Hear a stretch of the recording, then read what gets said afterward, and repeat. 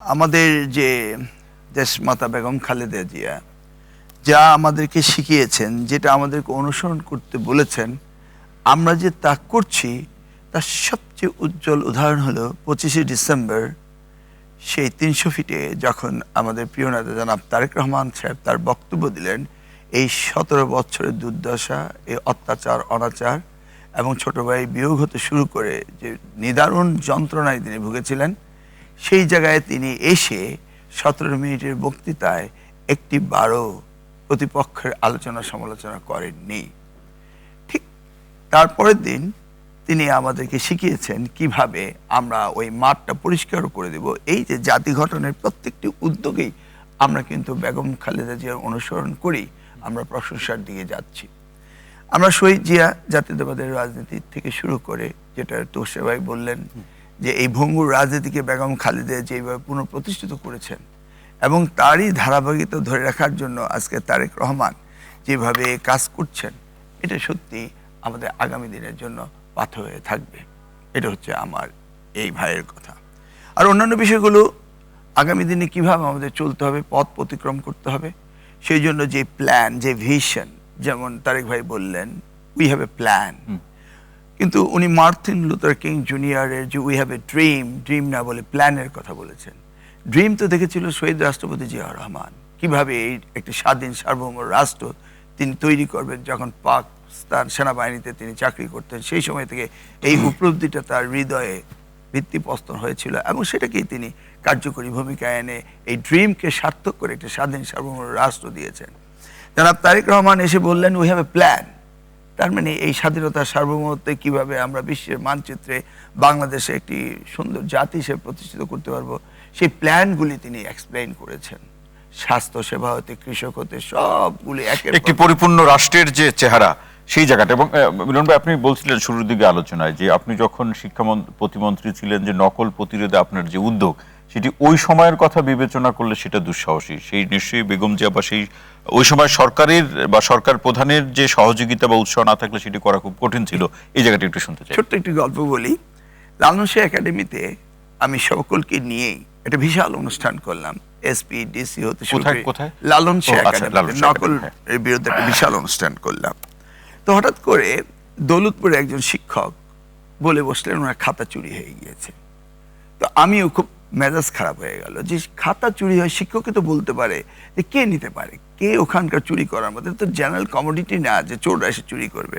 তো একটু উত্তেজনা বসেই বললাম যে আপনাকে আমি ব্যবস্থা নিয়ে এখান থেকে যাব। পরের দিন তো আমার বিরুদ্ধে শুরু হলে হইচই। ওই প্রতিপক্ষ শিক্ষকরা মানববন্ধন শুরু করলো। সেই আস্তে আস্তে এটা যেন মনে হলো যে সারা বাংলাদেশে ছড়িয়ে যাবে আমার বিরুদ্ধে। আওয়ামী ঘরানার শিক্ষকরা আন্দোলন শুরু করে দিল। ম্যাডাম আমাকে ডাকলেন, ডেকে বললেন কি শুরু করেছো? আমি বললাম ম্যাডাম কি? তো বললেন যে এই যে তুমি এত করছো, হঠাৎ করে তো সারা দেশে অস্থিরতার সৃষ্টি করে ফেলছো। তা আমি চুপ করে রইলাম। কিছুক্ষণ পরে বললেন করতে থাকো, করতে থাকো, অসুবিধা নেই। তোমাকে যদি বলে পদত্যাগ করতে হবে, তা নাহলে আমি সরিয়ে আরেক জায়গায় দিয়ে দেবো, কিন্তু কাজ তুমি থামাবে না। চিন্তা করে দেখুন যে কিভাবে উনি আমাকে প্রথমে ধমকের সুরে শান্ত হওয়ার জন্য, কিন্তু পরে বললেন না তুমি করতে থাকো, দেখা যাক কি হয়। এই যে উনি আমাদেরকে যে সাহসিকতা দিতেন। আরেকটি বিষয় বলি, টিউলিপ কম্পিউটারের জন্য বিগত সরকার অরেটের ডাচ একটি অর্গানাইজেশন আছে, সেখান থেকে 10,000 কম্পিউটার দিবে পেন্টিয়াম 5। এটা কিন্তু তাদের সময় এটা সব কিছু ফাইনালাইজড হয়ে গিয়েছে। তো আমাদের 100 ডেজ প্রোগ্রামে আমি এটাকে ইনক্লুড করলাম। তো সাইফুর রহমান সাহেব এটাকে আবার ফাইন্যান্স কমিটিতে নিয়ে সেখানে আবার রিভিউ করে দেখলেন যেটা আনসলিসিটেড টেন্ডার হয়ে গিয়েছে, অতএব এটা নেওয়া যাচ্ছে না।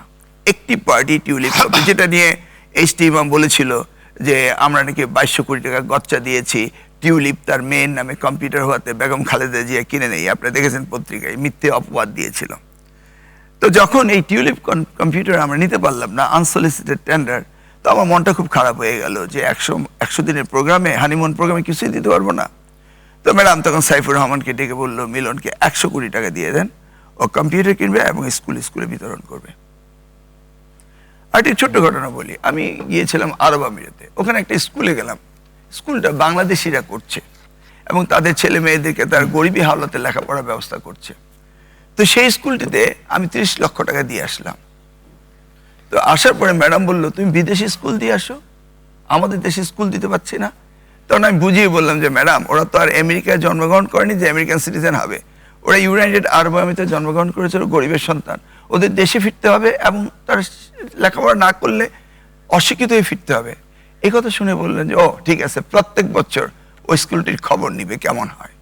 মানে এত বেশি আন্তরিকতা ওনার শিক্ষার প্রতি ছিল, এটা বলার কোনো ইয়ে রাখে না। দেখুন, আপনি ইবতেদায়ী মাদ্রাসার বইগুলো উনি নিজ খরচে দিলেন, যেটা ওয়ার্ল্ড ব্যাংক দিত না। তারপরে কওমি মাদ্রাসার স্বীকৃতি, সেটা উনি নিজে আল্লামা আজিজুল হক সাহেবের সাথে বসে সেটা স্বীকৃতি দিলেন।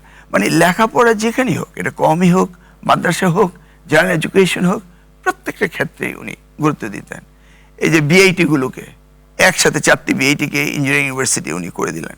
এই ধরনের কাজ আমার মনে হয় বাংলাদেশের ইতিহাসে কেউ করতে পারে, 4টি বিআইটিকে একসাথে ইঞ্জিনিয়ারিং ইউনিভার্সিটি ডিক্লেয়ার দেওয়া। এই ধরনের শিক্ষা যে জায়গাটি বলবেন সেই জায়গায় ওনার শিক্ষার ব্যাপারে কোনোদিন কোনো রকম আপত্তি ছিল না, যা চাইবো তাই পাবো।